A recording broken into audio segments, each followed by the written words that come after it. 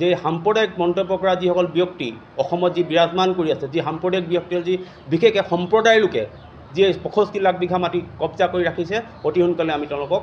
যে এই ঠাই এৰি বাংলাদেশে হওক বা য'ৰ পৰা আহিছিলে, অসমৰ বিভিন্ন জেগাৰ পৰা আহিছিলে, য'ৰ পৰা হওক তেওঁলোক অসমক এৰি অসমখন এখন শান্তিৰ দেশ বনাবলৈ, অসম ৰাজ্য বনাবৰ কাৰণে যেনে এৰি থৈ গৈছে আমি আহ্বান জনাইছোঁ। দ্বিতীয়তে এটা কথা কওঁ, এটা বিশেষ ৰাজনৈতিক দল যি আমি কংগ্ৰেছ বুলিও জানো, যি 1980 চনৰ পৰাই অসমখনক স্থবিৰ কৰি ৰাখিছিলে, যি দলে 855 জন আমাৰ অসমীয়া তেজাল যুৱকক ছিলে, যি দলে IMDT আইন আনি অসমখন সমস্যাৰ জড়িত এখন অঞ্চল হিচাপে, এখন ৰাজ্য হিচাপে পৰিগণিত কৰি থৈ গৈছিলে, সেই দলৰ দুজনমান নেতাই কালি পৰহি আমি দেখা পালোঁ যে তেওঁ যিখিনি মন্তব্য প্ৰদান কৰিছে যে আমি আগন্তুক 2026 চনত আমি অসমত আহি অসমখনক পুনৰ এখন তেনেকুৱা দেশলৈ পৰিণত কৰিম বা অসমীয়াক ভেঙুচালি কৰিছে তেখেতে, যে আমি সেই যিখিনি অবৈধকাৰী লোক আছে তেওঁলোকক আমি সংস্থাপন দিম বুলি কৰিছে। সঁচাকৈ এক লজ্জাজনক বিষয় অসমৰ বাবে, আমি ধিক্কাৰ প্ৰদান কৰিছোঁ। আৰু লগতে সমগ্ৰ অসমবাসীক, অসমৰ খিলঞ্জীয়া লোক, সেয়া লাগিলে ধৰ্মীয় ফালৰ পৰা হিন্দুৱে হওক, মুছলমানেই হওক বা খ্ৰীষ্টানেই হওক, সকলোকে একলগ হ'বলৈ আহ্বান জনাইছোঁ। আৰু আহ্বান জনাইছোঁ যে এই যি উচ্ছেদ কাৰ্যসূচী চলি আছে, সকলোৱে একলগ হৈ আহক আৰু অসমৰ হৈ মাত দিয়ক। অসম নামৰ মাতৃভূমিক বচাবৰ কাৰণে আমি সকলোৱে প্ৰচেষ্টা হাতত ল'ব লাগে। আৰু আমি এটা পৰিতাপৰ বিষয়, যোৱাকালি আমি এটা ঘটনা দেখা পালোঁ, ডবকা অঞ্চলত প্ৰতিবাদ কৰি থকা এটা সংখ্যালঘু পৰিষদ নামৰ সংগঠনৰ,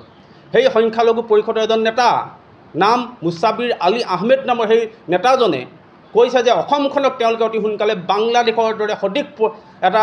পৰিৱেশ সৃষ্টি কৰিব। যিদৰে আমি জানো যে বাংলাদেশত শ্বেখ হাছিনাক আঁতৰাবৰ কাৰণে যিদৰে আমাৰ হিন্দুসকলৰ ওপৰত মঠ মন্দিৰ, আমাৰ হিন্দু মহিলাসকলৰ ওপৰত যি অত্যাচাৰ কৰিছিলে, ঠিক কালি এজন নেতাই দেখা পালোঁ যে তেওঁক আস্ফালন বিস্ফোৰণ কৰিছে যে অসমত অতি শীঘ্ৰে এখন অসমক বাংলাদেশ কৰিম বুলি কৰা যি বিষবাস্পৱ, যি সাম্প্ৰদায়িক বিষবাস্পৱ যি ব্যক্তি, অতি সোনকালে অসম আৰক্ষীক আমি দাবী জনাইছোঁ যে তেনেকুৱা বিষবাস্পৱ যুৱকক অতি সোনকালে কাৰায়ত্ব কৰিব লাগে। আৰু শেষত আমি এটা কথাই কওঁ, অসমৰ মাননীয় মুখ্যমন্ত্ৰী মহোদয়ক আমি দাবী আৰু এটা অনুৰোধ জনাইছোঁ যে অতি সোনকালে অসমত অত্যাধিক সেনা মোতায়েন কৰিব হ'ল। 2 নম্বৰ,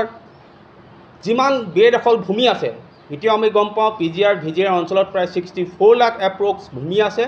সেই ভূমিখিনি অতি সোনকালে উচ্ছেদ কৰিবলৈ আহ্বান জনাইছোঁ। সেয়া লাগিলে আমাৰ গোলাঘাটৰ উৰিয়াম ঘাটেই হওক, গোলাঘাটৰ মেৰাপানী অঞ্চলেই হওক বা অসমৰ বিভিন্ন অঞ্চলত যিখিনি ভূমি আছে অতি সোনকালে উচ্ছেদ কৰিব লাগে, আমি আহ্বান জনাইছোঁ। আৰু অসমত অত্যাধিক সেনা মোতায়েন কৰিব লাগে আৰু বিশিষ্ট সেনাবাহিনী মোতায়েন কৰিব লাগে। তেওঁলোকে যি পৰ্যায়ে যাওক, যিয়ে যাওক, যিবোৰ সংখ্যালঘু দলে, যিবোৰ সংখ্যালঘুৰ সংগঠনে যি অবৈধ বাংলাদেশী হওক বা অবৈধ সেই লোকসকলক যি সংৰক্ষণ প্ৰদান কৰি আছে,